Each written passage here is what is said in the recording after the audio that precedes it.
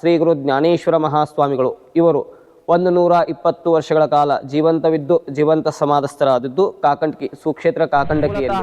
ಗುರುಗಳು ಆದಂತಹ ದತ್ತಾತ್ರೇಯ ಸ್ವಾಮಿಗಳು ಅಜ್ಮೀರ ಸಾಹೇಬರ ಪರಂಪರೆಯಲ್ಲಿ ಅಂದರೆ ಅಜ್ಮೀರ ಸಾಹೇಬರ ಸ್ವರೂಪದಲ್ಲಿ ಬಂದು ಶ್ರೀ ಗುರು ಪರಮಹಂಸರಿಗೆ ಉಪದೇಶವನ್ನು ಮಾಡಿ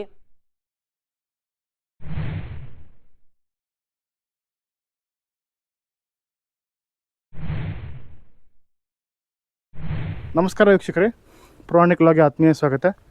ಇವತ್ತು ನಾವು ಜ್ಞಾನೇಶ್ವರ ಮಹಾರಾಜರ ಒಂದು ಜೀವಂತ ಸಮಾಧಿ ಕ್ಷೇತ್ರವಾದಂಥ ಕಾಕಂಡ್ಕಿಯಲ್ಲಿದ್ದೀವಿ. ಕಾಕಂಡ್ಕಿಯಲ್ಲಿ ಮೈಪಾದಾಸರ ಒಂದು ವೃಂದಾವನ ನೋಡ್ತಾಯಿದ್ವಿ.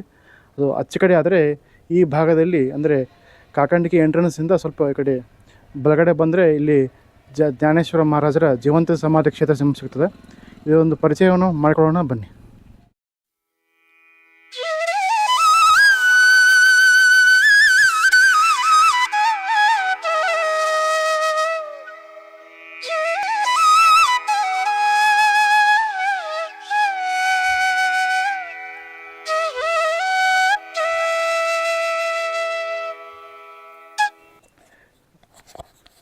ಇವತ್ತು ಈ ಜ್ಞಾನೇಶ್ವರ ಮಹಾರಾಜರ ಒಂದು ಸಮಾಧಿ ಕ್ಷೇತ್ರದಲ್ಲಿದ್ದೇವೆ. ಇದರ ಅರ್ಚಕರಾದಂಥ ಪ್ರಾಣೇಶ್ ಅವರು ಈ ಒಂದು ಕ್ಷೇತ್ರದ ಬಗ್ಗೆ ನಮಗೆ ಮಾಹಿತಿಯನ್ನು ತಿಳಿಸ್ಕೊಡ್ತಾರೆ. ಹಾಗೂ ಜ್ಞಾನೇಶ್ವರ ಬಗ್ಗೆ ನಮಗೆ ಪರಂಪರೆಯ ಬಗ್ಗೆ ಕೂಡ ಒಂದು ಮಾಹಿತಿಯನ್ನು ಹೇಳ್ತಾರೆ.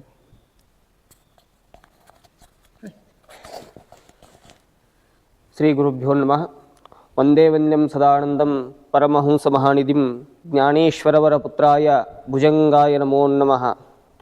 ಶ್ರೀಮತ್ ಪರಮಹಂಸ ಪೂರ್ಣಾನಂದ ಶ್ರೀ ಗುರು ಜ್ಞಾನೇಶ್ವರ ಮಹಾಸ್ವಾಮಿಗಳಲ್ಲಿ ನಮಸ್ಕರಿಸುತ್ತಾ, ಇವರು ಕ್ಷೇತ್ರ ಪರಿಚಯ ಅಂದರೆ ಇದು ವಿಜಯಪುರ ಜಿಲ್ಲಾ ಈ ಸದ್ಯಕ್ಕೆ ಆದಂತಹ ಬಬಲೇಶ್ವರ ತಾಲೂಕು ಸುಕ್ಷೇತ್ರ ಕಾಕಂಡಕಿಯಲ್ಲಿ 120 ವರ್ಷಗಳ ಕಾಲ ಜೀವಂತವಿದ್ದು 12 ವರ್ಷ ಸೂರ್ಯ ಅನುಷ್ಠಾನವನ್ನು ಮಾಡಿ, ಅಂದರೆ ಒಂದೇ ಕಾಲಿನ ಮೇಲೆ 12 ವರ್ಷ ಅನುಷ್ಠಾನಾದಿಗಳನ್ನು ಮಾಡಿ ಇಲ್ಲಿ ಜೀವನ ಸಮಾಧಸ್ಥರಾದಿದ್ದು.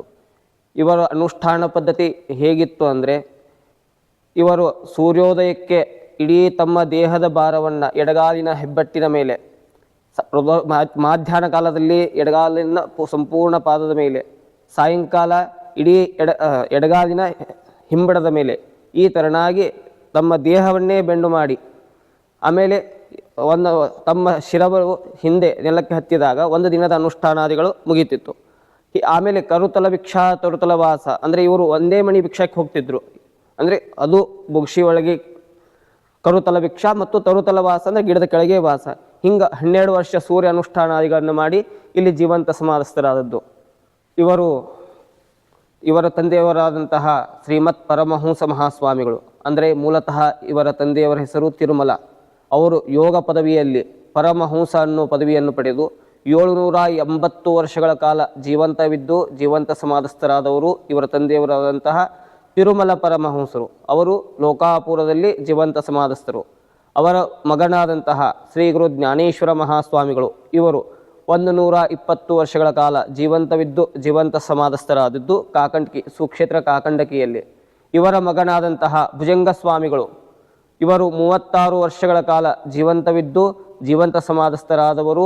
ಇವರು ಲೋಕಾಪುರದಲ್ಲಿ ಜೀವಂತ ಸಮಾಧಿಯಾಗಿದ್ದು. ಅಂದು 1 ತಲೆಮಾರುಗಳ ಅಂದರೆ ಅಪ್ಪ ಮಗ ಮೊಮ್ಮಗ ಹೀಗೆ 3 ಜನ ಜೀವಂತ ಸಮಾಧಸ್ಥರಾದಂಥವರು ಈ ವಂಶದವರು. ಅಂದರೆ ನಾವು ಅವರ ಮೂಲತಃ ವಂಶದವರೇ.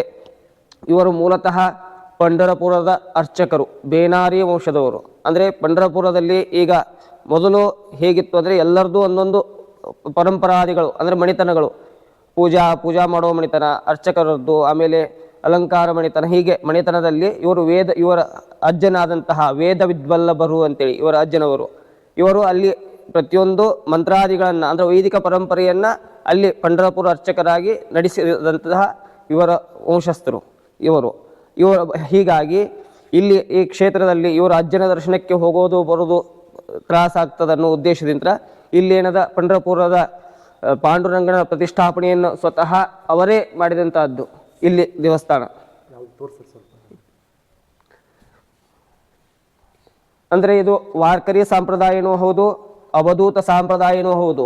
ಹೀಗಾಗಿ ಇವರು ವಂಶ ಪರಂಪರೆಯಲ್ಲಿ ಏನು ಪಂಢರಪುರ ಅರ್ಚಕರತ್ವ ಏನು ಇತ್ತು, ಹೀಗೆ ಅವರು ಪ್ರತಿನಿತ್ಯವೂ ತಮ್ಮ ನಿತ್ಯಾನುಷ್ಠಾನಾದಿಗಳನ್ನು ಹೇಗೆ ಮಾಡ್ತಿದ್ರು ಅದೇ ತರನಾಗಿ ಪಂಢರಪುರದ ಪಾಂಡುರಂಗ ಮತ್ತು ರುಕ್ಮಿಣಿಯ ಅನುಷ್ಠಾನಾದಿಗಳನ್ನು ಮತ್ತು ಪೂಜಾದಿ ಕೈಕರ್ಯಗಳನ್ನು ಇಲ್ಲಿ ನಿರ್ವಹಿಸಿ ತಮ್ಮ ನಿತ್ಯಾನುಷ್ಠಾನಗಳನ್ನು ಮುಂದೆ ಸಾಗಿಸ್ತಿದ್ರು.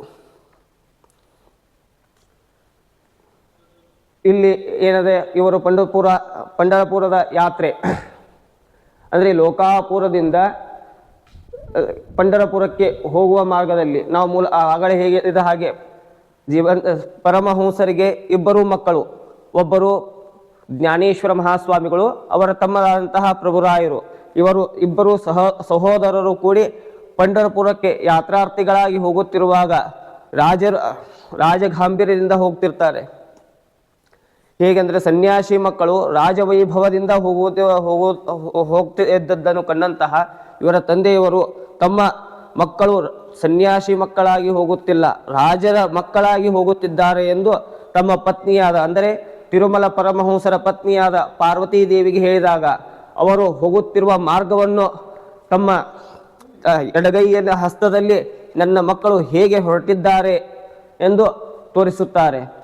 ಇದು ಅವರು ಧಾನ್ಯದ ಸಮಾಲೋಚನೆ ಅಂದರೆ ಜ್ಞಾನೇಶ್ವರ ಮಹಾಸ್ವಾಮಿಗಳಿಗೆ ತಕ್ಷಣವೇ ಜ್ಞಾನ ದೃಷ್ಟಿಯಾಗಿ ನಮ್ಮ ತಂದೆಯವರಿಗೆ ನಾವು ಸನ್ಯಾಸಿ ಮಕ್ಕಳಾಗಿ ಹೋಗುತ್ತಿಲ್ಲ, ರಾಜರ ಮಕ್ಕಳಾಗಿ ಹೋಗುತ್ತಿದ್ದೇವೆ ಎಂಬುದು ನಮ್ಮ ತಂದೆಯವರಿಗೆ ಗೊತ್ತಾದರೆ ನಮಗೆ ಬೈಯುತ್ತಾರೆ ಎಂಬ ಸಮಾಚಾರವನ್ನು ತನ್ನ ಸಹೋದರನಾದ ಅಂದರೆ ಜ್ಞಾನೇಶ್ವರ ಸ್ವಾಮಿಗಳ ಸಹೋದರರಾದ ಪ್ರಭುರಾಯರಿಗೆ ಹೇಳುತ್ತಿರುವುದು. ಮತ್ತು ಪೂರ್ವದಲ್ಲಿ ಹೇಳಿದ ಹಾಗೆ ತಮ್ಮ ಪರಮಹಂಸರು ತಮ್ಮ ಪತ್ನಿಯಾದ ಪಾರ್ವತೀದೇವಿಗೆ ನನ್ನ ಮಕ್ಕಳು ಅಂದರೆ ಜ್ಞಾನೇಶ್ವರ ಮಹಾಸ್ವಾಮಿಗಳು ಮತ್ತು ಪ್ರಭುರಾಯರು ಸನ್ಯಾಸಿ ಮಕ್ಕಳಾಗಿ ಹೋಗುತ್ತಿಲ್ಲ, ರಾಜರ ಮಕ್ಕಳಾಗಿ ಹೋಗುತ್ತಿದ್ದಾರೆ ಎಂಬ ದೃಶ್ಯವನ್ನು ತಮ್ಮ ಅಂಗೈಯಲ್ಲಿ ತಮ್ಮ ಮಕ್ಕಳ ಭಾವಚಿತ್ರವನ್ನು ಅಂದರೆ ಈಗಿನ ಕಾಲದಲ್ಲಿ ನಾವು ಹೆಂಗೆ ವಿಡಿಯೋವಾದಿಗಳು ಹೇಗೆ ಹೇಳ್ತೀವಲ್ಲ ಆ ತರನಾಗಿ ಅವರು ತಮ್ಮ ಎಡಗೈಯಿನ ಅಂಗೈಯಲ್ಲಿ ತೋರಿಸುತ್ತಿರುವುದು. ಪುನಃ ಈ ವಿಚಾರವನ್ನು ತಿಳಿದಂತಹ ಜ್ಞಾನೇಶ್ವರ ಮಹಾಸ್ವಾಮಿಗಳು ತಕ್ಷಣವೇ ತಮಗೆ ಬಂದಂತಹ ದ್ರವ್ಯಾದಿಗಳನ್ನೆಲ್ಲವನ್ನು ಅಲ್ಲೇ ಇದ್ದಂತಹ ಎಲ್ಲ ಸದ್ಭಕ್ತರಿಗೆ ಅದನ್ನು ಪುನಃ ಸಮರ್ಪಿಸಿ ತಾವು ಸನ್ಯಾಸಿಯ ರೂಪದಲ್ಲಿಯೇ ಶ್ರೀ ಪಾಂಡುರಂಗನ ದರ್ಶನವನ್ನು ಪಡೆದು ಪುನಃ ಬರುತ್ತಿದ್ದರು. ಇದು ಅವರು ನಿತ್ಯವಾಗಿ ಶ್ರೀ ಪಂಢರಪುರಕ್ಕೂ ಮತ್ತು ಲೋಕಾಪುರಕ್ಕೂ ಇರುವಂತಹ ಸಂಪರ್ಕ. ಇದು ಹೇಗೆಂದರೆ ಮೊದಲೇ ಹೇಳಿದ ಹಾಗೆ ಇವರು ಪಂಢರಪುರದ ಅರ್ಚಕರು ಮತ್ತು ಬೇನಾರಿ ವಂಶದವರು ಆದದ್ದ ಕಾರಣದಿಂದಾಗಿ ಪಂಢರಪುರಕ್ಕೆ ಹೋಗುತ್ತಿರುವುದು. ಪುನಃ ಶ್ರೀ ಗುರು ಜ್ಞಾನೇಶ್ವರ ಮಹಾಸ್ವಾಮಿಗಳು ಈ ಕ್ಷೇತ್ರವಾದಂತಹ ಕಾಕಂಡಿಕಿ ಕ್ಷೇತ್ರದಲ್ಲಿ ಪಂಢರಪುರಕ್ಕೆ ಹೋಗುತ್ತಿರುವ ಸಂದರ್ಭದಲ್ಲಿ ಶ್ರೀ ಗುರು ಜ್ಞಾನೇಶ್ವರ ಮಹಾಸ್ವಾಮಿಗಳು ಕಾಕಂಡಿಕೆ ಕ್ಷೇತ್ರವನ್ನು ಕಂಡು ಇಲ್ಲಿ ಹಳ್ಳದ ದಂಡೆಯಲ್ಲಿ ಪ್ರಶಾಂತವಾದ ವಾತಾವರಣವನ್ನು ಕಂಡಂತಹ ಗುರುಗಳು ಇಲ್ಲಿ ಅನುಷ್ಠಾನಾದಿಗಳನ್ನು ಮಾಡಬೇಕೆಂಬ ವಿಚಾರದಿಂದ ಇಲ್ಲಿ ಕುಲಕರ್ಣಿ ಎಂಬ ಮನೆತನದಲ್ಲಿ ಈ ವಿಚಾರವನ್ನು ತಿಳಿಸಿ ಅವರಿಗೆ ಭೂದಾನ ಮತ್ತು ಕನ್ಯಾದಾನವನ್ನು ಮಾಡುತ್ತಾರೆ.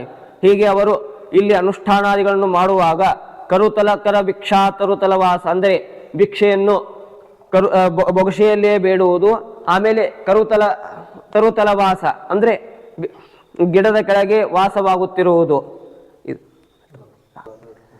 ಇವರು ಸೂರ್ಯ ಅನುಷ್ಠಾನಾದಿಗಳನ್ನು ಮಾಡಿದ್ದು ಪ್ರಕಾರ ಇವರು ಒಂಟಗಾಲಿನ ಮೇಲೆ ಅಂದರೆ ಎಡಗಾಲನ್ನು ತಮ್ಮ ಭೂಮಿಗೆ ಸ್ಪರ್ಶ ಮಾಡಿ ಆಮೇಲೆ ಇಡೀ ದೇಹದ ಭಾರವನ್ನು ತಮ್ಮ ಅಂಗುಷ್ಟದ ಮೇಲೆ ಈ ಪ್ರಕಾರವಾಗಿ ಇವರು 12 ವರ್ಷಗಳ ಕಾಲ ಒಂಟಗಾಲಿನ ಮೇಲೆ ಶ್ರೀ ಗುರು ಜ್ಞಾನೇಶ್ವರ ಮಹಾಸ್ವಾಮಿಗಳು ಅನುಷ್ಠಾನಾದಿಗಳನ್ನು ಮಾಡಿದ್ದು.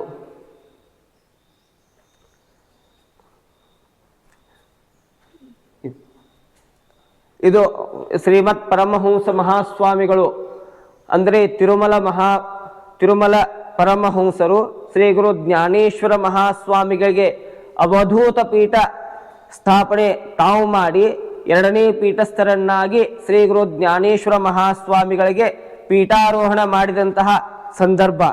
ಇವರು ಅವಧೂತ ಪೀಠ ಪರಂಪರೆಯನ್ನು ಮತ್ತು ಶ್ರೀ ಗುರು ದತ್ತಾತ್ರೇಯ ಸ್ವಾಮಿಗಳ ಅನುಯಾಯಿಯಾಗಿ ಮತ್ತು ಇಲ್ಲಿ ಅವಧೂತ ಮಾರ್ಗ ಮತ್ತು ನಾಥ ಸಂಪ್ರದಾಯ ಮತ್ತು ಹೀಗೆ ನಾನಾ ತರಹದ ಪರಂಪರೆಗಳನ್ನು ಒಳಗೊಂಡಂತಹ ಅವಧೂತ ಸಂಪ್ರದಾಯವನ್ನು ಪೀಠಾರೋಹಣ ಮಾಡಿದ್ದು.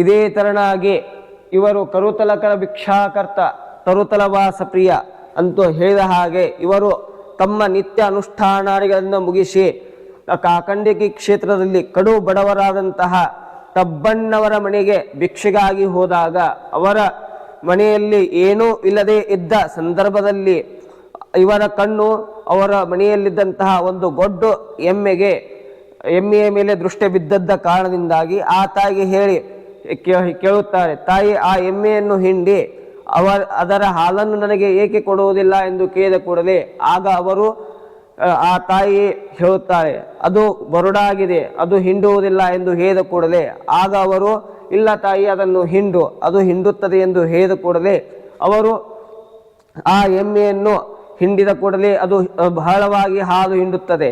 ಹೀಗಾಗಿ ಅವರು ಪ್ರತಿನಿತ್ಯವೂ ಆ ಹಾಲನ್ನು ಗುರುಗಳಿಗೆ ಸಮರ್ಪಣೆಯನ್ನು ಮಾಡುತ್ತಾ ಈಗಲೂ ಕೂಡ ಆರಾಧನೆಯ ಮಹೋತ್ಸವದಲ್ಲಿ ಅಂದರೆ ಮಹಾನವಮಿ ಮರುದಿವಸ, ವಿಜಯದಶಮಿಯ ಮರುದಿನ, ಏಕಾದಶಿ ಮತ್ತು ದ್ವಾದಶಿ ತ್ರಯೋದಶಿ ಈ 3 ದಿನಗಳ ಕಾಲ ಏನು ಉತ್ಸವ ನಡೆಯುತ್ತದೆ, ಗೋಪಾಲಕಾಲಿಯ ದಿವಸ ಅವರ ಮನೆಯಿಂದಲೇ ಮಸೂರು ಗಡಿಗೆ ಬರುವಂತಹ ಸಂಪ್ರದಾಯ ಇನ್ನುವರೆಗೂ ಇಲ್ಲಿ ಇದೆ.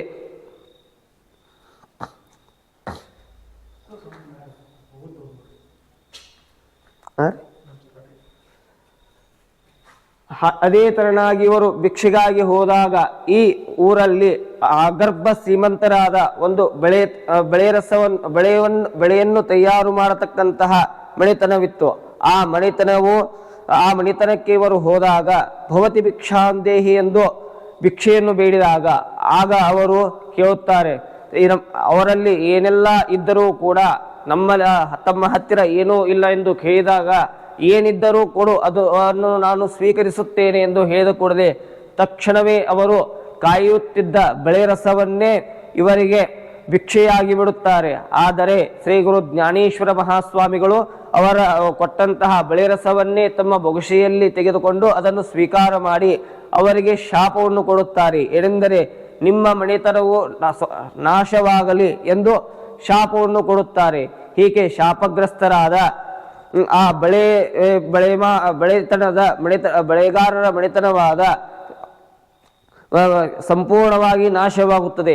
ಮತ್ತು ವಿಶೇಷವೇನೆಂದರೆ ಕಾಕಂಡಕಿ ಕ್ಷೇತ್ರದಲ್ಲಿ ಬೆಳೆಗಾರರ ಮನೆತನಕ್ಕೆ ಕಾಕಂಡಕಿ ಕ್ಷೇತ್ರದಲ್ಲಿ ವಾಸಸ್ಥಾನವಿಲ್ಲ. ಅದು ಯಾರೇ ಆಗಿದ್ದರೂ ಕೂಡ ಆ ಮನೆತನದವರು ಕಾಕಂಡಕಿ ಕ್ಷೇತ್ರದಲ್ಲಿ ವಾಸವಿಲ್ಲ. ಏಕೆಂದರೆ ಅದು ಶ್ರೀ ಗುರು ಜ್ಞಾನೇಶ್ವರ ಮಹಾಸ್ವಾಮಿಗಳ ಶಾಪ.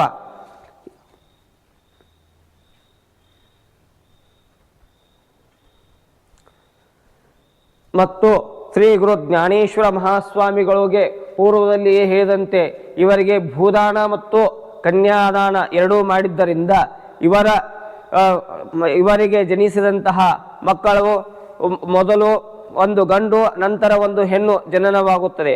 ಆಗ ಭುಜಂಗ ಸ್ವಾಮಿಗಳನ್ನು ಅಂದರೆ ಜ್ಞಾನೇಶ್ವರ ಮಹಾಸ್ವಾಮಿಗಳ ಮಗನಾದ ಭುಜಂಗ ಸ್ವಾಮಿಗಳನ್ನು ಪುನಃ ತಮ್ಮ ತಂದೆಯವರಾದ ಪರಮಹಂಸರ ಹತ್ತಿರವೇ ಬಿಟ್ಟು ತಮ್ಮ ಮಗಳನ್ನು ತಮ್ಮ ಮನೆಗೆ ಯಾವ ಹೆಣ್ಣನ್ನು ಕೊಟ್ಟಿದ್ದರೋ ಅದೇ ಹೆಣ್ಣಿಗೆ ಪುನಃ ಅದೇ ಮನೆತನಕ್ಕೆ ಪುನಃ ತಮ್ಮ ಮಗಳನ್ನು ಮದುವೆ ಮಾಡಿಕೊಟ್ಟಾಗ ಆ ಮನೆತನದಲ್ಲಿ ನೀನು ಸನ್ಯಾಸಿ ಮಗಳು ಏನೂ ತಂದಿಲ್ಲ ಎಂದು ವಿಚಿತ್ರವಾಗಿ ಅತ್ಯಂತ ಕಷ್ಟಕರದಿಂದ ಅವಳನ್ನು ನೋಡುತ್ತಿರುವಾಗ ಆಗ ತಕ್ಷಣವೇ ಮಗಳು ತಮ್ಮ ತಂದೆಯವರಿಗೆ ಮಧ್ಯಾಹ್ನ ಕಾಲದಲ್ಲಿ ಅನುಷ್ಠಾನವನ್ನು ಮಾಡುತ್ತಿರತಕ್ಕಂತಹ ತಮ್ಮ ತಂದೆಯವರಿಗೆ ಹೇಳುತ್ತಾರೆ, ಏನೆಂದರೆ ತಂದೆಯವರೇ ನನಗೆ ತನ್ನ ಮನೆಯಲ್ಲಿ ಬಹಳವಾಗಿ ಕಷ್ಟ ಕೊಡುತ್ತಿದ್ದಾರೆ ಎಂದು ಹೇಳಿದ ಕೂಡಲೇ ತಕ್ಷಣವೇ ಅವರು ಎಚ್ಚರಾಗಿ ನಿನಗೆ ತೊಂದರೆ ಕೊಡುತ್ತಿದ್ದಾರೆಯೇ, ಅವರ ಮನೆತನ ನಾಶವಾಗಲಿ ಎಂದು ಶಾಪ ಕೊಡುತ್ತಾರೆ. ಆಗ ತಕ್ಷಣವೇ ಮಗಳು ಬಹಳ ಕರುಣೆಯಿಂದ ಅತ್ಯಂತ ದಯೆಯಿಂದ ಬೇಡಿಕೊಂಡಾಗ ಏನು ಮಾಡಿದೆ, ನನ್ನ ಮನೆತನಕ್ಕೆ ಉದ್ಧಾರ ಮಾಡುತ್ತೆ ಎಂದು ಕೇಳಿದ ಕೂಡಲೇ ಆದರೆ ನೀನು ನನ್ನ ಮಣಿತನವನ್ನೇ ನಾಶ ಮಾಡಿದೆ ಎಂದು ಹೇಳಿದ ಕೂಡಲೇ ಆಗ ಪುನಃ ಅವರಿಗೆ ವರವನ್ನು ಕೊಡುತ್ತಾರೆ. ಏನೆಂದರೆ 8 ತಲೆಗಳ ತನಕ 8 ತಲೆಮಾರ ತನಕ ಮಕ್ಕಳು ಆಗುವುದಿಲ್ಲ ಎಂದು ಪುನಃ ಅವರಿಗೆ ಒಂದು ವರವನ್ನು ಕೊಡುತ್ತಾರೆ. ಇದೇ ತರನಾಗಿ 8 ತಲೆಮಾರುಗಳ ತನಕ ಶ್ರೀ ಗುರು ಜ್ಞಾನೇಶ್ವರ ಮಹಾಸ್ವಾಮಿಗಳ ಮಗಳಿಗೆ ಸಂತಾನ ಭಾಗ್ಯ ಅಂದರೆ ಹೆಣ್ಣು ಸಂತಾನ ಆಗುತ್ತದೆ. ಆದರೆ ಗಂಡು ಸಂತಾನ ಆಗದೆ ದತ್ತಕ ಮುಖಾಂತರವಾಗಿ ಸಂತಾನ ತೆಗೆದುಕೊಂಡು ಈ ಮಠದ ಧರ್ಮದರ್ಶಿಗಳಾಗಿ ಈ ಮಠವನ್ನು ನಡೆಸುತ್ತಾ ಈಗ 8ನೇಯವರಾದಂತಹ ಕೇಶವರಾವ್ ಭಾವುರಾವ್ ತಳಗಟ್ಟಿ ಅಂದರೆ ನಮ್ಮ ಅಜ್ಜನವರು ಅವರಿಂದಲೇ ಶಾಪ ವಿಮುಕ್ತಿಯಾಗುತ್ತದೆ. ಮುಂದಿನ ದಿನದ ಅಲ್ಲಿ ಅವ್ರದ್ದು ಅಜ್ಜ ಇವರು ಮೂಲತಃ ಪಂಢರಪುರದ ಅರ್ಚಕರು ಮತ್ತು ಬೇನಾರಿ ವಂಶದವರು ಮತ್ತು ಪರಮಹಂಸ ಮಹಾಸ್ವಾಮಿಗಳ ವಂಶಾವಳಿ ಪೀಠಸ್ಥರು ಮತ್ತು ಲೋಕಾಪುರ ಮತ್ತು ಸುಕ್ಷೇತ್ರ ಕಾಕಂಡಕಿ. ಮೂಲತಃ ಪರಮಹಂಸರು ಅವಧೂತ ಪೀಠ ಸ್ಥಾಪಕರು. ಅವರ ಅಂದರೆ ಮೂಲತಃ ಅವರು ಶುಕ್ಲ ಯಜುರ್ವೇದ ಕಾಣುವ ಶಾಖೆಯ ಭಾರದ್ವಾಜ ಗೋತ್ರದವರು. ಅವರ ತಿರುಮಲ ಪರಮಹಂಸರ ಮಗನಾದ ಜ್ಞಾನೇಶ್ವರ ಮಹಾಸ್ವಾಮಿಗಳು ಮತ್ತು ಪ್ರಭುರಾಯರು. ಆಮೇಲೆ ಜ್ಞಾನೇಶ್ವರ ಮಹಾಸ್ವಾಮಿಗಳ ಮಗನಾದ ಭುಜಂಗ ಸ್ವಾಮಿಗಳು. ಹೀಗೆ 3 ತಲೆಮಾರು ಜೀವಂತ ಸಮಾಧಸ್ಥರಾಗಿ ಪುನಃ ಪೀಠಸ್ಥರಾಗಿ ಮತ್ತು ಲೋಕಾಪುರ ಮಠದಲ್ಲಿ ಪೀಠಸ್ಥರಾಗಿ ಕಾಕಂಡಕಿಯ ಮಠದಲ್ಲಿ ಧರ್ಮದರ್ಶಿಗಳಾಗಿ 2 ಮಠವನ್ನು ಪಾಲಿಸುತ್ತಿರುವುದು ಮತ್ತು ಆ ಮಠದ ವಂಶಾವಳಿ. ಲೋಕಾಪುರ ಮಠದ ಗುರು ಪರಂಪರೆ ಮತ್ತು ಪೀಠಸ್ಥರ ಹೆಸರು ಮತ್ತು ಅವರು ಜನನ ನಿರ್ಯಾಣ ಮತ್ತು ಪೀಠಾವಧಿ.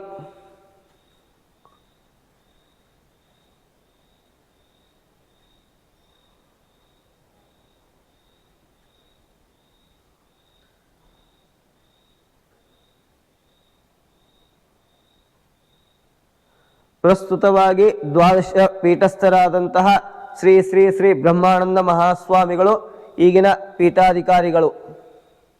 ಮಗಳಿಗೆ ಶಾಪವನ್ನು ಕೊಟ್ಟಂತಹ ಶ್ರೀ ಗುರು ಜ್ಞಾನೇಶ್ವರ ಮಹಾಸ್ವಾಮಿಗಳು ಪುನಃ ಅವರಿಗೆ 8 ತಲೆಮಾರುಗಳ ತನಕ ಮಕ್ಕಳ ಅಂದರೆ ಗಂಡಸ ಮಕ್ಕಳು ಆಗಬಾರದೆಂದು ಶಾಪವನ್ನು 8 ತಲೆಮಾರುಗಳ ತನಕ ಮಕ್ಕಳಾಗುವುದಿಲ್ಲ, 8ನೇ ತಲೆಮಾರಿಗೆ ಮಕ್ಕಳಾಗುತ್ತಾರೆ ಎಂದು ಪುನಃ ತಮ್ಮ ಮಗಳಿಗೆ ವರವನ್ನು ಕೊಟ್ಟಾಗ 8ನೇ ತಲೆಮಾರು ಆದಂತಹ ಶ್ರೀ ಕೇಶವರಾವ್ ಭಾವುರಾವ್ ತಳಗಟ್ಟಿ ಮತ್ತು ಶ್ರೀಮತಿ ಜಾನಕಿಬಾಯಿ ಕೇಶವರಾವ್ ತಳಗಟ್ಟಿ ಇವರಿಗೆ ಸಂತಾನ ಪ್ರಾಪ್ತಿಯಾಗುತ್ತದೆ. ಆಗ ಗುರುಗಳು ತಮ್ಮ ಮಗಳಿಗೆ ಪುನಃ ಇನ್ನೊಂದು ಮಾತನ್ನು ಕೊಟ್ಟಿರುತ್ತಾರೆ. ಏನೆಂದರೆ ಅಲ್ಲಿಯವರೆಗೂ ಕೂಡ ನನ್ನ ಅನುಷ್ಠಾನದ ಶಕ್ತಿಯನ್ನು ನಾನು ನನ್ನ ಹತ್ತಿರವೇ ಇಟ್ಟುಕೊಳ್ಳುತ್ತೇನೆ. ನಂತರ ಪುನಃ ಸಂತಾನವಾದ ಮೇಲೆ ಅವರಿಗೆ ಸಮೃದ್ಧಿಯಾಗಿ ನನ್ನ ಅನುಷ್ಠಾನದ ಶಕ್ತಿಯನ್ನು ಬಿಡುಗಡೆ ಮಾಡುತ್ತಾ ಹೋಗುತ್ತೇನೆಂದು ಅವರಿಗೆ ತನ್ನ ಮಗಳಿಗೆ ಅನುಷ್ಠಾನದ ವಿಷಯವನ್ನು ಹೇಳುತ್ತಾರೆ. ಹೀಗೆ ಕೇಶವರಾವ್ ಭಾವುರಾವ್ ತಳಗಟ್ಟಿಯವರಿಗೆ 3 ಜನ ಗಂಡಸ ಮಕ್ಕಳು ಅಂದರೆ 3 ಜನ ಗಂಡು 2 ಹೆಣ್ಣು ಮಕ್ಕಳು ಜನನ ಆಗುತ್ತದೆ. ಮೊದಲನೆಯವರು ಭಾವುರಾವ್ ಕೇಶವರಾವ್ ತಳಗಟ್ಟಿ, 2ನೇ ಗಂಡು ಸಂತಾನ ಅನಿಲ್ ರಾವ್ ಕೇಶವರಾವ್ ತಳಗಟ್ಟಿ, 3ನೇದವರು ಜಯರಾಮ್ ಕೇಶವರಾವ್ ತಳಗಟ್ಟಿ. ಹೀಗೆ 3 ಜನ ಗಂಡು ಮಕ್ಕಳು 2 ಹೆಣ್ಣು ಮಕ್ಕಳು ಜನನವಾಗುತ್ತದೆ.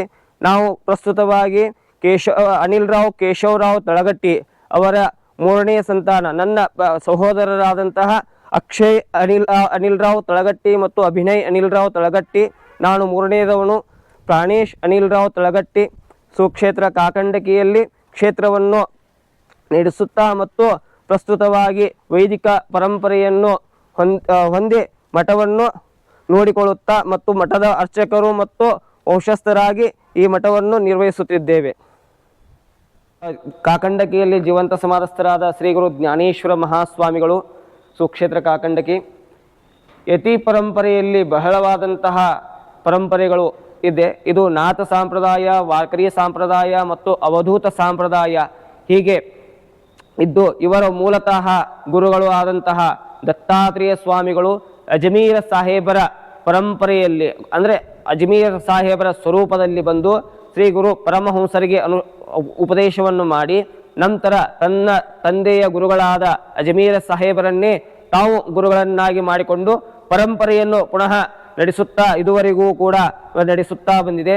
ಹೀಗೆ ಇವರು ಬಹಳ ಅನುಷ್ಠಾನಾದಿಗಳನ್ನು ಮಾಡಿ ಇವರು ಜೀವಂತ ಸಮಾಧಿ ಹೊಂದಿದ ನಂತರ ಪುನಃ ತಮ್ಮ ಮಗಳಿಗೆ ಏನು ವರವನ್ನು ಕೊಟ್ಟಿದ್ದರೋ ಅದೇ ಪ್ರಕಾರವಾಗಿ ಇವರು 250 ವರ್ಷಗಳ ನಂತರ, ಅಂದರೆ ಇವರು ಜೀವಂತ ಸಮಾಧಿಯಾದ 250 ವರ್ಷಗಳ ನಂತರ ಇದೇ ಕುಲಕರ್ಣಿಯವರ ಮಣಿತನದಲ್ಲಿ ಭಾಸ್ಕರನೆಂಬ ಹೆಸರಿನಿಂದ ಪುನಃ ಜನನವನ್ನು ಹೊಂದುತ್ತಾರೆ.